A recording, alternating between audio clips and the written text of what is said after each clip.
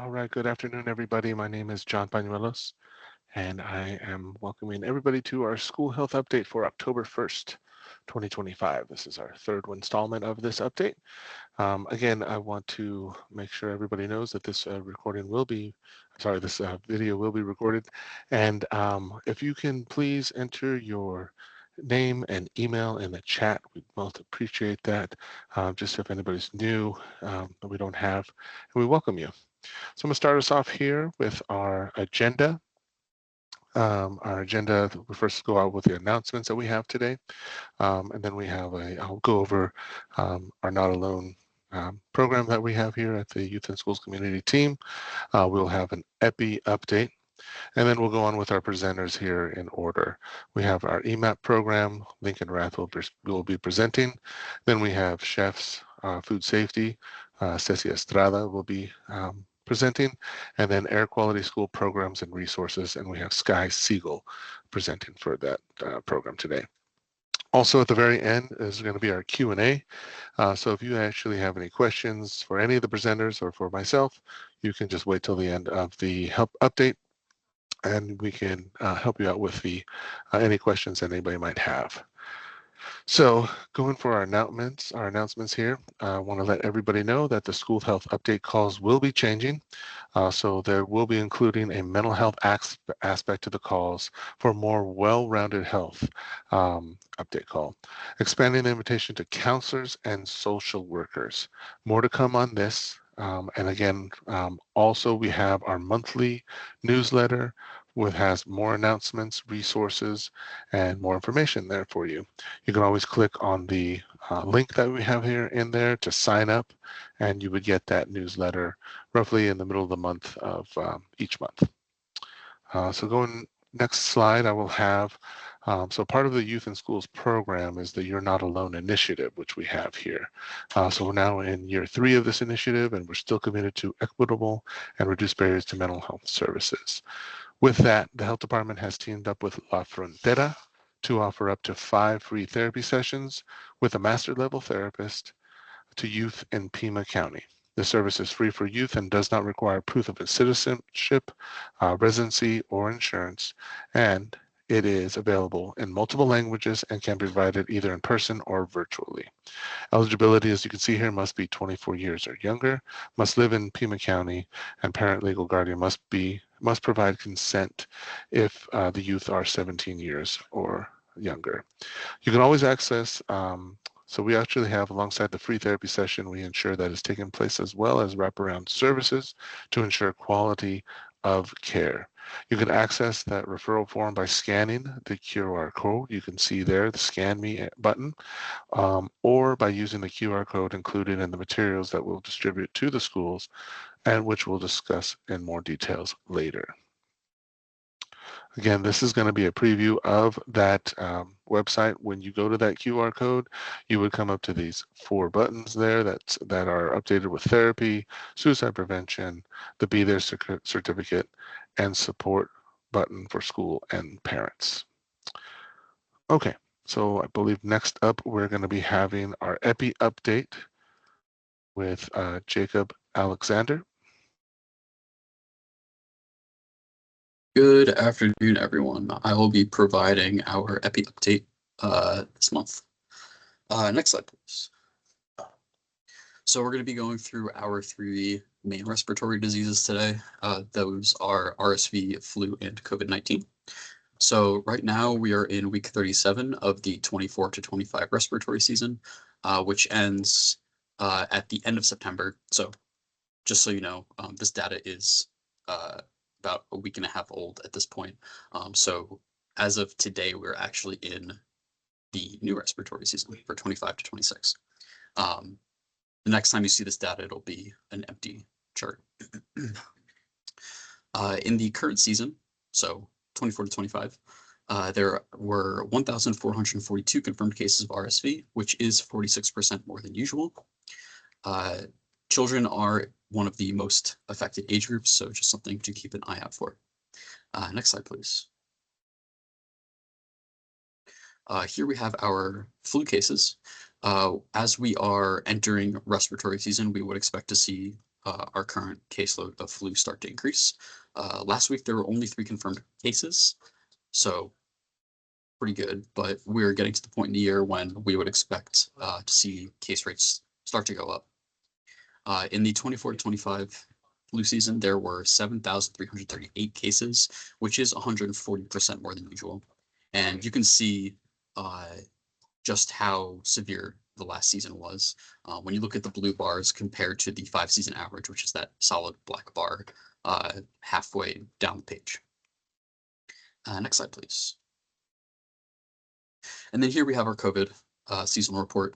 I say this every meeting, but again, for anyone who may be new, the reason that the y-axis looks the way that it does is because the 4-season average for COVID is so high that it would be too difficult to discern the differences between week-to-week case counts if we were to show the entire y-axis. So that's why we have sort of truncated the top of it. If you can imagine, if this figure were to scale, it would be about 2.5 times the size vertically that it is now. In the 24-25 COVID season, we had 10,837 confirmed cases, which is 84% less than usual. Next slide, please. And then here you can just see all 3 respiratory diseases stacked on top of each other. As you can see, both flu and RSV are at essentially 0. There are very, very few cases, but we have seen COVID start to increase. I actually don't have slides on my next topic, but I just want to touch on it really quick. We've had many notifications of hand, foot, and mouth disease in childhood or daycares and schools with young children. Please reach out to Pima County if you detect outbreaks of hand, foot, and mouth disease in any sort of school setting. It's not a reportable disease, but outbreaks are reportable. So please just keep that in mind. You can contact the epidemiology department and somebody will be able to reach out to you to connect you to resources to help control the spread of hand, foot, and mouth disease. One final piece of news is that my last day at Pima County is going to be next Tuesday. So this is going to be the last epi update that you hear from me. If anyone has any questions for myself, you can post them in the chat or send me an email at jacob.alexander@pima.gov. And next month, someone else will be taking over for me. But for now, thanks, John. That's all that I have, unless anybody has any questions.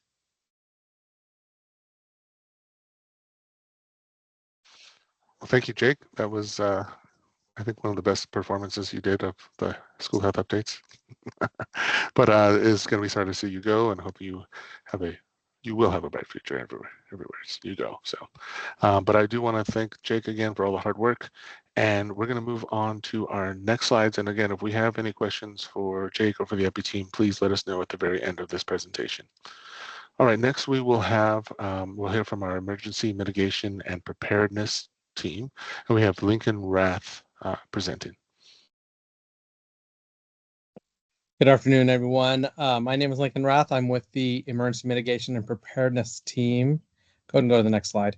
So quickly, I'll give you a tiny bit of an overview. Emergency Mitigation and Preparedness got a new title about a year ago. It encompasses a couple of different major programs. Public Health Emergency Preparedness, which I'll go into, that's a program I actually was hired to work in.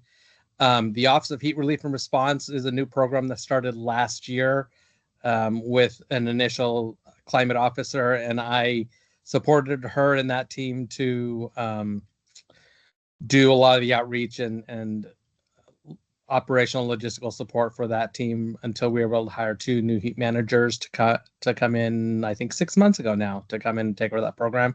And then the Border Health Shelter Operations, that my first year I oversaw that program as well. That was overseeing a lot of the asylum seekers that came into our county and needed support in moving on to their final destination. So that program I ran it for the first year, and then we hired a program manager, and then eventually earlier this year, the funding went away from that. So that's why it's in parentheses. So that's our major programs within EMAP, as I'll refer to it. Go to the next slide. So public health emergency preparedness, what we specifically do, it's public health is often associated with vaccines and infectious diseases, but it's much more than disease control. In essence, anything that affects population health comes to public health, which you probably know by seeing these presentations, how varied the role of public health is. So specifically public health emergency preparedness, our program works with the emergency management and emergency response partners in the community to help develop and create plans for any kind of health-related emergency. That should be which should be familiar to all of you. We just went through COVID, which was a public health emergency. Our team, which I was not here at the time, and we were just a small team of 2 or 3 during COVID, was the integral part of helping coordinate the public health department with Office of Emergency Management in the county, as well as all the hospitals and all the organizations that deal with healthcare emergencies. So our role is essentially to just develop and create these plans so that in the event of emergency, we already have a plan in place. We already have the connections made between different organizations to be able to respond to such an emergency. Go ahead and go to the next slide. I think I may have explained a lot of the stuff that's on here. So like I said, it's our job is the capability of public health and healthcare systems, communities, individuals to prevent, protect, and quickly respond to and recover from health emergencies. So this comes from the CDC, Centers for Disease Control. Center for Disease Control. Sorry, it's been a long morning for me. So we kind of work at a local level. We work closely with like I said, our emergency management, emergency response partners in the county, as well as with the state to kind of oversee the health emergency responses that come to our county. Next slide. So this is a quick overview. Anytime we go into an emergency response, these are all the support functions so ESF stands for Emergency Support Function. So our Office of Emergency Management, which is a separate department in the Pima County system of government, oversees any kind of large-scale emergency response. So for an instance, some of you might remember maybe 3 years ago now, there was a hazmat incident on I-10. So because it occurred within our county, Office of Emergency Management oversaw a lot of that because it was a state highway. The state also got involved. But if any of these ESFs are needed for any kind of response, they come in and sit in that quote unquote chair to help support the emergency response. So again, going back to hazmat, you can imagine probably transportation was there. Communications is always involved. It was a public roadway, so public works probably was involved. Firefighters were always there, so that individual was there. So a lot of these. As far as public health is concerned, if you notice ESF 8, we oversee public health and medical services, which encompasses all the EMS organizations, emergency medical services, all the hospitals, healthcare organizations. All of that stuff falls under our jurisdiction in our program within the health department. The other part of it is we help prepare the rest of the health department to respond to emergencies. So as far as it relates to schools, our program doesn't deal with schools as much. Most of the large public school districts have an emergency manager that oversees the emergency response on your campuses. There's a lot of school safety officers out there as well that work in their teams. And so we directly work with those emergency managers to be able to coordinate any kind of emergency response that's health related that happens on their campuses. And so go to the next slide. If you are an organization that maybe doesn't have an emergency management individual, or if that falls to someone, we're happy to help you guys develop some emergency operations plans for your specific campuses. Again, it falls a little bit outside of our jurisdiction because it's not specifically health related, but these are the partners that I work with. We do a lot of work with multiple not necessarily health related organizations, but that maybe have a health component. But I can connect you with the Office of Emergency Management We work with them regularly in a lot of this stuff. And if you have any questions about your specific school campus or campuses, we're happy to coordinate that kind of meeting and discussion with you. As far as our job specifically, if you have nurses that maybe have other questions or any kind of health or medical individuals on your campus that has questions, we're happy to assist. As far as emergencies are concerned, we're happy to help with any of that as well. Next slide. Oh, that was it. Yeah, and if you have any questions, we're happy to help out. I put my email in the chat if anybody has any questions for me afterwards. Thank you so much, Lincoln, and for informing us on what EMAP does and how they can help our communities. So we'll go on to our next presenter. We have Cecia Estrada coming from our chef's program. Good afternoon, everyone. My name is Cecia Estrada. I'm a program manager here with the Consumer Health and Food Safety Division. So this presentation will cover how to prevent food poisoning during this upcoming holiday season. And we're going to cover some essential tips for potlucks and gatherings that might happen with students or staff, just because this is the season when we see peak food poisoning in our community. Next slide. So first of all, I want to cover what those food poisoning symptoms are typically or the most common. So we see vomiting, bloody diarrhea, dehydration, fever, diarrhea for more than 3 days. This image comes from the CDC, so it's a good visual just to show what symptoms we're looking for. Not included here includes jaundice, which is yellowing of the skin or the eyes that can potentially be for hepatitis A. And then sore throat with fever is also one of the symptoms that it's not listed here. So these are just the most common or severe food poisoning symptoms that we see. Next slide. So how can you prevent this during the holiday season? First, we're going to go over each of these steps. So first, it's clean, separate, cook, and chill. Next slide. So first and foremost, we want to ensure that we're always washing and preparing food with clean hands. It's important to wash your hands with warm water for 20 seconds with soap. Especially when you're after handling any raw meats, when switching between proteins, whenever your hands become contaminated, ensuring that we practice that good hand washing.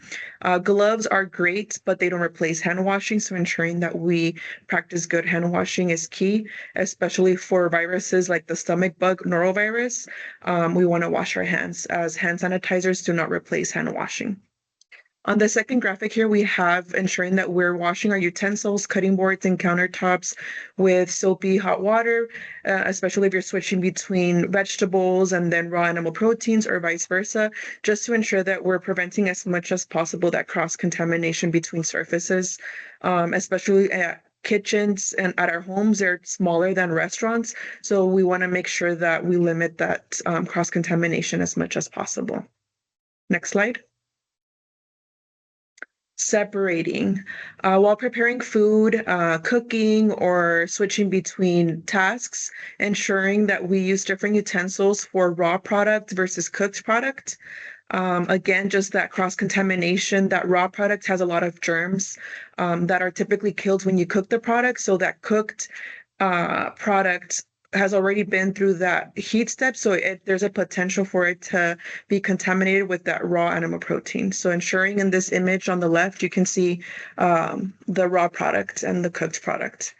As well as when storing the items, I know typically at student or teacher lounges or refrigerators in the classrooms, there might be a more limited space, so it might be tempting to just store and cramp everything in there, but just keeping in mind to keep those raw animal food products at the bottom shelf, away from the cooked, ready-to-eat foods that we see here on the picture, for example, apples, strawberries, and then at the bottom we see those raw shell eggs, that raw turkey or chicken. Next slide. And then cooking is essential, especially during the Thanksgiving season. There's a lot of poultry being cooked, whether it's turkey or chicken. I know there's a common practice of sometimes washing these type of raw animal proteins, but it's just a reminder that what really kills those germs is cooking it to the right temperature, not so much washing it. So washing it actually can make a higher risk because you are spreading the germs that are inside the on the surface of the turkey inside of the turkey. So just making sure that the safest way to kill those harmful germs, bacteria, are cooking it to the appropriate temperature. So right here in this chart, you can see that turkey or any poultry products, the temperature that you're looking for is 165. And you want to, if you're using a probe thermometer, you want to take a temperature of the thick portion, the most thick portion of that product. Here you see some pork, beef, or ham. Those have a lower temperature of 145. And then cook time, if you're reheating it, it's 165 degrees Fahrenheit. So we recommend as much as possible using that infrared thermometer if you're not too sure if that unit is cooking the product at that temperature. Next slide. And then for potlucks, typically we see this format where we have tables and a setup, and the food typically stays out there for a while. Most events don't just last 1 hour. They tend to be a little longer, even the preparation and putting the food out ahead of time. So some best practices to follow is making sure that those perishable foods are whatever needs to stay cold is maintained cold using different means, such as right here on the picture you see putting items on ice or using insulated items. For hot foods, if you're able to use a crock pot or warmers that can keep the food hot. The reason being is because perishable foods tend to have germs grow during ambient temperatures, which would be like around 42 degrees Fahrenheit to 134. That's when they grow, and that's what makes people sick. So the best practice, if possible, is to keep hot foods hot and cold foods cold. Next slide. And who doesn't love leftovers, especially after Thanksgiving? So for leftovers, if you're keeping items, if they're not going to be kept hot or cold and are just going to be left at ambient temperature, making sure if you are intending to save some of those leftovers, that you cool them back down within 2 hours and refrigerate them. Anything that's above 2 hours, there's a risk of bacteria already forming that even if you reheat the food, it doesn't kill those spores that make you sick. So best practice is to refrigerate them within 2 hours if they're not kept cold or hot during the duration that they're out for people to serve.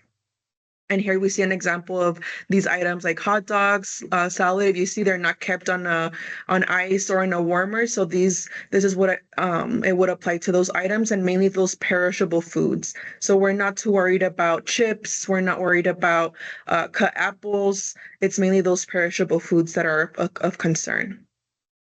Next slide. And then reheating, it's very important once, if you follow the process from the previous slide, to make sure that if you're eating that meal later that day or the following day or that week, that you're reheating to 165. 165 is the key term or the key for making sure that we kill anything that might be there. Again, there's some spores that even if you heat to 165, it doesn't kill anything. And that's why the storing temperature from the previous slide is very important. But reheating to 165 is what you're looking for. Next slide. And lastly, just to recap, what is the highest concern? It's any food pathogen or any bacteria that can make you sick with a foodborne illness or food poisoning. But the one that kind of we see more common during this season is norovirus. And like I said, that's commonly known as the stomach bug or stomach flu. And this is usually a very contagious virus that causes vomiting and diarrhea. It's most common and at peak through the months of November to April, typically because this is when families gather a lot. There's a lot of gatherings, a lot of visiting families. So this kind of spreads very quickly. And you can get sick from people who are sick with norovirus, and through contaminated food, water, or surfaces. So number one prevention tip is to wash your hands thoroughly. And a key note is here that hand sanitizer does not kill norovirus. Washing your hands helps wash it away, and that's the most effective way to remove it from your hands.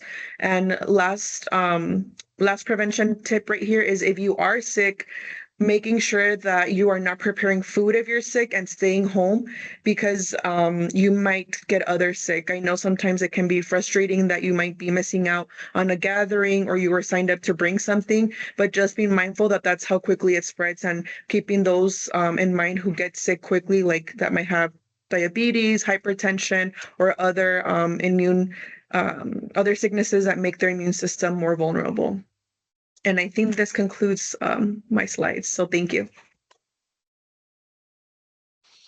Thank you so very much, Cecia. We have some very good information there for the holidays to come, and a lot of that holiday time is going to be spent with our loved ones. So we want to be, thoughtful and take those guidelines seriously.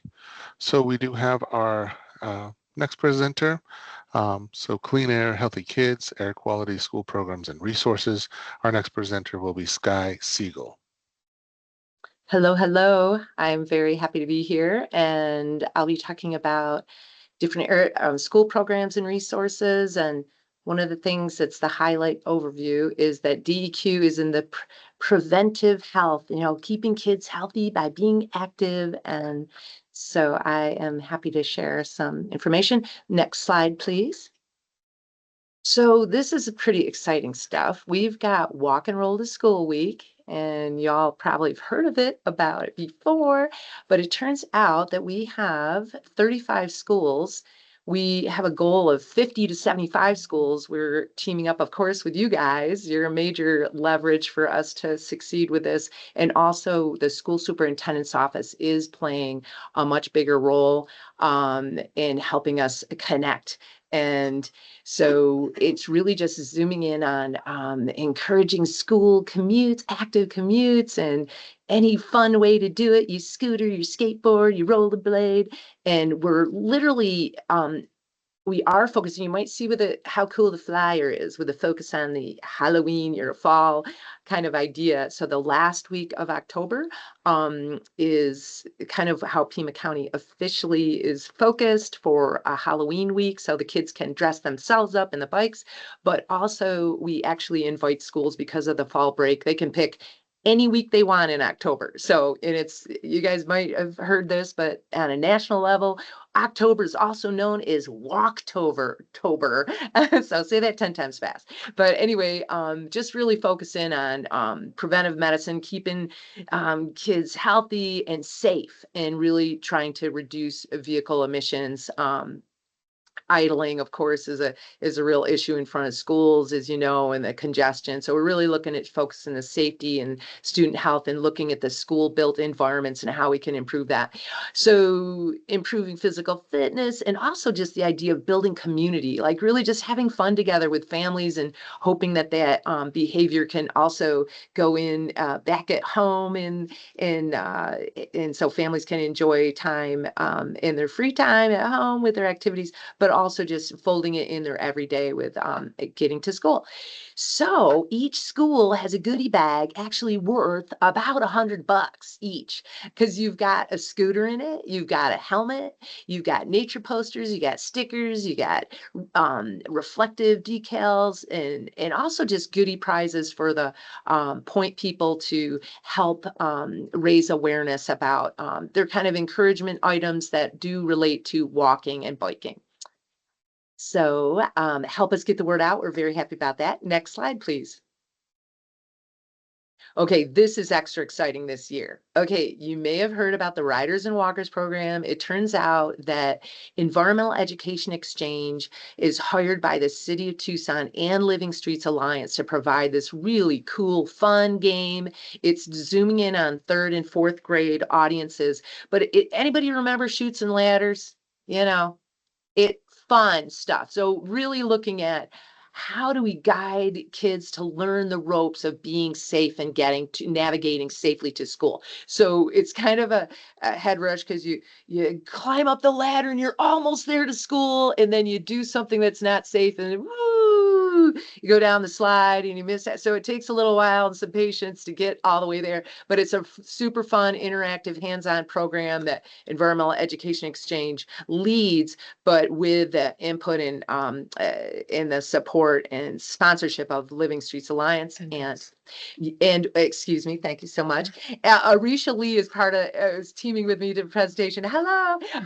And yes, DEQ is this year actually has Clean Air Program monies to cover 10 programs. And so there's a bunch of schools already in the loop that Environmental Education Exchange had scheduled, but we're going to offer, as part of signing up for Walk and Roll, we asked schools, are they interested in this program? And do they have the 3rd and 4th grader audience? And so we're going to just kind of complement and give 10 additional programs, which is a fabulous option. Because they're, I think $300 a piece. They're, it's a pretty intense, lovely program, but takes a lot of energy to do, but really fun and leaves a lasting impact of knowledge for the teachers and the students to keep safe. Next slide, please. Okay, and this all ties together, all these programs, these school programs, air quality, kind of linking through is the Idle Free Schools program. And this is really focusing in on, we got these brand new graphics, thanks to comms, came up with this nice one, lungs at work, turn the engine off. A lot of parents are not realizing the highly concentrated, polluted air in their tailpipe, coming out of their tailpipe when they're waiting for their kids to pick up their kids. And so we're working with schools to set up zones so that teachers and students and parents especially, and school bus drivers too, are aware to really, you want to minimize idling, 3 minutes or less. And we know sometimes it's so hot, you really got to go, but park your car, get out and come in, and so that you're not adding to the concentrated air pollution near the entrance to the school, and also where HVAC systems suck in the outdoor air into the, there's a lot of particulate matter, 2.5 microns and less, the small stuff from emissions from combustion sources that can get into your lungs and actually absorbed into your bloodstream. So young lungs are pretty pink sponges, little sponges are more vulnerable with the concentrated air. So we do have a program that allows student-led campaigns. We have wonderful toolkits from EPA already established so that students can be citizen scientists and pull together data and inform education outreach to their parents about this concern. I did want to make a side note that we did a study at Innovation Academy, and this was a few years back, but we had literally a 56% reduction in idling time by the parents when 2nd graders acted in a leadership role to tell their parents about the health dangers of idling and concentrated air pollution. Thank you. Next slide, please. Okay, here's Karen. Arisha took this awesome picture of Karen Wilhelmsen in action. Check out the pink pig lungs. Those are nice, healthy pig lungs. But what we do is we offer school-based air quality presentations. Here's one that does a cool comparison between lungs that simulate being unhealthy and cancerous. You can't see that in this picture. You're only seeing the healthy lungs. But there's a whole host of free presentations on lots of topics relating to climate change and pollution prevention and going green and connecting with nature for mental and physical health too. Lots of different topics, but we're available, of course, to table and do presentations at school events. I'm ready for the next slide. Okay, this is great. Okay, so was it James Little? Who was the so Tina Flores, you guys might remember, you guys have taken a leadership role on this for years and years. And James and Tina did an amazing job connecting with like a couple hundred schools. There's several that are like in the heart of the program, actually putting up the slides putting up the flags to show air quality level. So green for good, which we're mostly in that category in Tucson, but every once in a while we might be in the yellow for moderate. But we also, every once once in a while for a tiny bit might be orange for a high pollution advisory. So what we do is just tied with EPA's air quality index. And also I wanted to say, in addition to the physical flags, we also have an option for electronic flags that can be posted outside schools. So some schools are opting for that. But I did want to say Michael Graves, who y'all might know or know of, is actually leading the ADQ Air Quality Flag Program, and he's opted for us to refer to him to mail all the supplies and anything that's needed to manage. So we offered to do it, but he said he's psyched about this program, happy to be in the heart of the action. So Michael Graves up in Phoenix is, we just refer to him at the school. So we tag team to get folks interested and sign up. Next slide, please. And I have Arisha here to give the inside scoop. So she's been in the heart of the action for developing curriculum and helping with putting information in. Thank you. Hello, everyone. So we have partnered with the U of A's Asthma Research Center team, and we have put up 20 air quality sensors at schools throughout Pima County, including Ajo, and they are getting real-time data of the quality of the air at their schools. And over the past 6 months, we have developed, or we are in the process of developing a curriculum for high school students to be able to learn how to look at air quality data, identify patterns, and make conclusions from that data. And if they have a sensor at their school, they will be seeing real-time data at their school. We are in the final stages of developing this curriculum, and it should be ready for schools at the beginning of next year. So we will give you all an update of when it's ready, and we would love for you all to get the word out about that curriculum once it's ready. And if you are interested in seeing information about that data, you can go to the Sunset website. And thank you very much. Thank you for having us. I believe that's the last slide. Excellent presentation. Thank you so much, Sky and Arisha. Little surprise presentation there at the end. But anybody have any questions for any of the presenters that have presented today? Please, you could type them in the chat. But that will be the conclusion of our school health update for October. I'll just wait here for any questions. And again, I wanted to let everybody know you can visit us at www.pima.gov/healthy schools. Give us a call here at our number here, 520-724-7018. Or if you want to reach out to us here at the Youth and Schools Community Team, you can reach us via email at our school support at pima.gov email. All right, I don't see any questions coming in from the chat. I'm going to conclude with a very thank you, everybody, for joining us today on Wednesday, the 1st. Our next school health update will be in November, first week of November, on that first Wednesday of the month. I want to thank all the presenters for presenting today. Again, we want to thank Jacob for his wonderful work and wish him very good luck. And I hope everybody has a wonderful rest of their day and a great rest of their week. Take care. Thanks, John. Bye. You're welcome. Mm-hmm.